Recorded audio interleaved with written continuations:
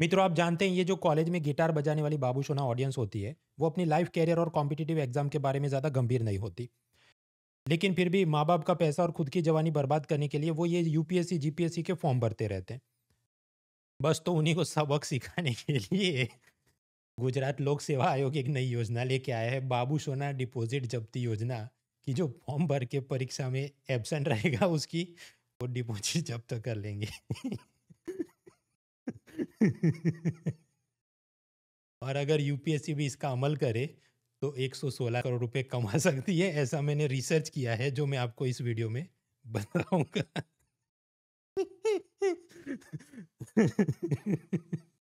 देखिए मित्रों, वैसे दिमाग के विकास के लिए कॉम्पिटिटिव एग्जाम की तैयारी के लिए मैं इंडियन एक्सप्रेस और द हिंदू पढ़ता हूँ, लेकिन आत्मा की तृप्ति मुझे तभी मिलती है जब गुजराती समाचार पढ़े जाएं।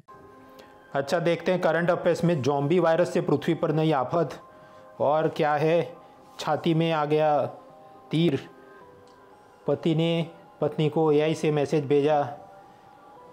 हाँ, तो बस उसी के अंदर आज मैंने ये सुबह सुबह समाचार देखे। देखिए, गुजरात में लोक सेवा आयोग ने ये नियम बनाया है कि अगर आप एग्जाम का फॉर्म भरोगे लेकिन परीक्षा में एब्सेंट रहोगे तो जनरल कैटेगरी की 500 रुपये सिक्योरिटी डिपॉजिट जब्त होगी और रिजर्व कैटेगरी की 400। लेकिन ये सभी एग्जाम के लिए नहीं, कुछ चुनिंदा एग्जाम के लिए। तो फिर मैंने रिसर्च किया कि अगर यूपीएससी भी नियम बनाए तो क्या होगा। देखिए, यूपीएससी की जो आईएएस आईपीएस मतलब सिविल सर्विस एग्जाम है, उसमें 11 लाख लोग अर्जी करते हैं, लेकिन मुश्किल से 5 लाख लोग असल में परीक्षा देने जाते हैं। तो उसमें मैंने फिर एनुअल डेटा देखा कि जनरल कितने एब्सेंट रहे, बाकी कम्युनिटी के कितने एब्सेंट रहे, और इनका 500 और 400 के हिसाब से आप निकालो, करीब 25 करोड़ रुपए केवल आईएएस आईपीएस एग्जाम के एब्सेंट कैंडिडेट्स की सिक्योरिटी डिपॉजिट से यूपीएससी कमा सकती है। और ये तो सिर्फ हमने आईएएस की बात की। इसके अलावा भी यूपीएससी आप जानते हैं सीडीएस, सीएपीएफ, इंजीनियरिंग, एनडीए बहुत सारी परीक्षा लेती है। कुल मिलाकर एनुअल रिपोर्ट के हिसाब से 33 लाख लोगों ने ये एग्जाम्स के लिए अप्लाई किया था, और उसमें से करीब 60,55,000 लोग ही एग्ज़ाम देने गए थे। तो यानी 25,96,000 लोग एब्सेंट रहे थे। हालांकि यूपीएससी ने इनका कैटेगरी वाइज डेटा नहीं दिया, अपन एवरेज हम गिने के जितने एब्सेंट रहे 25 लाख लोग, हर एक पे 400 और 500 के बीच 450 रुपये का सिक्योरिटी डिपॉजिट जब्त हो, तो करीब 116 लाख करोड़ रुपए यूपीएससी केवल और केवल ये सब एब्सेंट कैंडिडेट से हर साल कमा सकती है। आप सोचिए। खैर, अब ये जो पूरा बात है उसके फेवर में और अगेंस्ट में क्या हो सकता है, यूपीएससी इंटरव्यू के लिए तैयार करते हैं कि क्या सच में यूपीएससी ने ऐसा करना चाहिए। और बाकी यूपीएससी इंटरव्यू की आप तैयारी कर रहे हैं तो अनअकैडमी का फ्री प्रोग्राम लास्ट माइल है, link is in the description, आप फायदा उठाइए। देखिए, गुजरात लोक सेवा आयोग का जस्टिफिकेशन क्या है कि हम जितने ये एब्सेंट रहते हैं तो हमारा पेपर प्रिंटिंग का खर्चा, ट्रांसपोर्ट का खर्चा, एग्ज़ाम हॉल का रेंट चुकाना पड़ता है, हॉल में जो प्रोफेसरों की ड्यूटी लगती है उनका एक्स्ट्रा सैलरी देना पड़ता है, सिक्योरिटी गार्ड के खर्चे। तो जो लोग एब्सेंट रहते हैं हमारा बहुत नुकसान हो रहा है। और उससे भी ज़्यादा ये जो जीपीएससी के नए चेयरमैन हैं हसमुख पटेल साहब, जो आईपीएस अधिकारी हैं, वो उनकी एक छवि है, वो गांधीवादी विचारधारा के, बहुत सादगीपूर्ण जीवन। तो ये सबसे भी बड़ा उनकी सोच क्या रहती है कि संसाधनों का व्यय उनसे देखा नहीं जाता, चाहे पेपर हो, डीजल हो, बिजली हो, कुछ भी। तो ये भी एक कारण हो सकता है, वरना इतने सालों से जीपीएससी के बहुत चेयरमैन रहे थे, ये ऐसा क्यों कर रहे हैं, वो अलग उनकी विचारधारा है। डिपॉजिट जब्ती के फेवर में हम अगर तीसरा आर्ग्यूमेंट सोचें कि सरकारी नौकरियों के पीछे इतना जो मैड रश चलता है वो थोड़ा कम होगा अगर ऐसी सिक्योरिटी डिपॉजिट जब्ती योजना होगी। और हमारा जो डेमोग्राफिक डिविडेंड है, नौजवान हैं वो बाकी कुछ ये प्राइवेट सेक्टर में जाएं, अपना स्टार्टअप चालू करें, ये सबसे हमें और फ़ायदा हो सकता है। ऐसे सब तर्क एक इकोनॉमिस्ट है संजीव सान्याल, वो अलग अलग पॉडकास्ट में देते रहते हैं कि UPSC is a waste of time.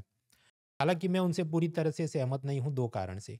कि प्राइवेट सेक्टर में लोग क्यों नहीं जाते, सरकारी नौकरी उनको क्यों चाहिए, क्योंकि there are not enough well paying jobs in private sector.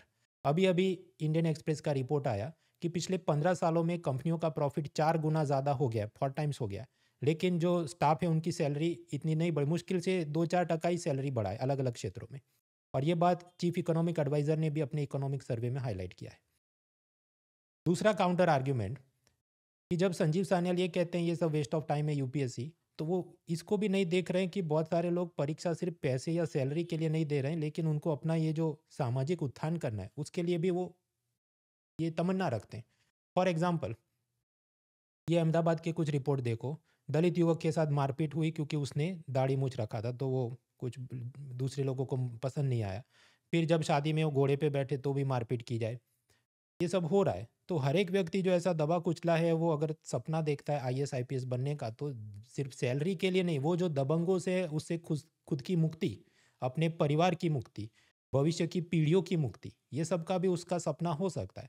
हालांकि इसमें भी कुछ लोग काउंटर आर्ग्यूमेंट दे कि देखो, आप आईएएस आईपीएस भी बनो, इनसाइडर के रूप में आपको होम स्टेट भी मिले, तो भी आपको होम डिस्ट्रिक्ट, खुद के डिस्ट्रिक्ट में तो कोई कलेक्टर एसपी बनाएगा नहीं, क्योंकि वो अपने नियम होते हैं राज्यों के, ताकि ज़्यादा ये भाई भतीजावाद और दूसरे नेक्सस ना हो। तो ऐसा तो है नहीं कि वो जाके उन्हीं दबंगों को सबक सिखा पाएगा, लेकिन वो खुद को मुक्त तो कर पाएगा, अपने परिवार को तो मुक्त कर पाएगा। तो ये भी एक कारण हो सकता है। कुछ और तर्क समझते हैं। देखिए, यूपीएससी का आपको आईएएस का फॉर्म भरना है, जनरल कैटेगरी को 100 रुपये लगते हैं, कैट में 2,500 होते हैं, जेई के अंदर 900 रुपये होते हैं। जबकि रिजर्व कैटेगरी में ऐसा है कि कैट और जेई में तो उनकी फ़ीस भी लगती है, लेकिन जो रिजर्व कैटेगरी है, उनको यूपीएससी फॉर्म भरने में सिर्फ 0 रुपया, कुछ नहीं देना होता। जनरल कैटेगरी की फीमेल को भी 0 रुपया देना होता है। और यूपीएससी के रिपोर्ट के हिसाब से ये जो रिजर्व कैटेगरी में 3,60,000 लोग एब्सेंट रहे आईएएस एग्जाम में, तो इतने सारे पेपर जो प्रिंट किए थे वो भी तो नुकसान हुआ। तो रिसोर्सेज कंजर्वेशन के बारे में ये भी हमें सोचना चाहिए कि अगर फ़ी ज़ीरो है और फिर भी इतना प्रिंट हो रहा है, तो कुछ तो उस पर नियम लगने चाहिए। नाउ आर्ग्यूमेंट अगेंस्ट कि ये डिपॉजिट जब्ती ठीक नहीं होगी।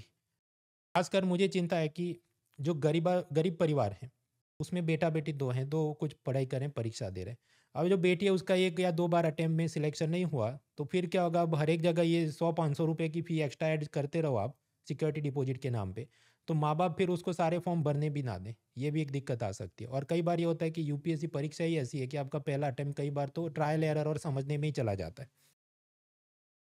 दूसरा, कोई अगर व्यक्ति जेन्युइन कारण से एब्सेंट रहा कि बीमार था, उसी दिन उसका एक्सीडेंट हो गया, या परीक्षा के 3 महीने 6 महीने पहले उसके घर में कोई देहांत हो गया, परिवार में पेरेंट्स का डाइवोर्स हो गया, उसके चलते वो थोड़ा डिस्टर्ब हो गया और परीक्षा देने नहीं आ पाया, या उसकी तैयारी कम पड़ गई इसलिए वो परीक्षा देने नहीं आ पाया, तो क्या सब लोगों की ऐसे सिक्योरिटी डिपॉजिट आप जब्त करें? तो वो कैसे रिक्लेम करें, या फिर कि ये कहाँ तक उचित है? खैर, ये जो तैयारी है इसमें मैं तो, क्योंकि मुझे बहुत सारे ये डाउट ईमेल वगैरह आते रहते हैं, लोग फॉर्म भर देते हैं और फिर उनको एग्ज़ाम करीब आए तब ये डर लगता है तैयारी कम हुई है तो इस बार अटेम्प्ट दूं कि नहीं। तो पहले से आप थोड़ा सीरियसली तैयारी चालू करो, तो आपके लिए ठीक होगा। मतलब सिक्योरिटी डिपॉजिट जब्त हुआ नहीं हुआ वो अलग बात है, पर आपके करियर का भी तो सवाल है। तो सीरियसली आप तैयारी शुरू करें। यूपीएससी प्रीलिम को करीब 6 महीने ही बचे हैं, so be serious about it. New year का कोई रेजोल्यूशन आपको लेना है तो वो ये लीजिए कि मैं फॉर्म भरूंगा और मेहनत करके जाऊंगा और एब्सेंट तो नहीं रहूंगा, सिक्योरिटी डिपॉजिट जब्त हो कि नहीं हो। बाकी अनअकैडमी आपके साथ है, चाहे 2025, 26 या 27 की तैयारी करें। Live lecture, study material, notes, doubt resolution, सब कुछ। और ये नेटफ्लिक्स मॉडल है, सभी मीडियम के सभी टीचर से आप पढ़ सकते हैं। और इसमें भी ये अभी जो एक्सटेंशन ऑफर चल रहा है कि 9 महीने पे 9 महीने एक्स्ट्रा, 12 पे 12, 18 पे 18, इसका फ़ायदा उठाइए। Discount code is monal.org, link is in the description. Let's crack it. Unacademy. Let's crack it.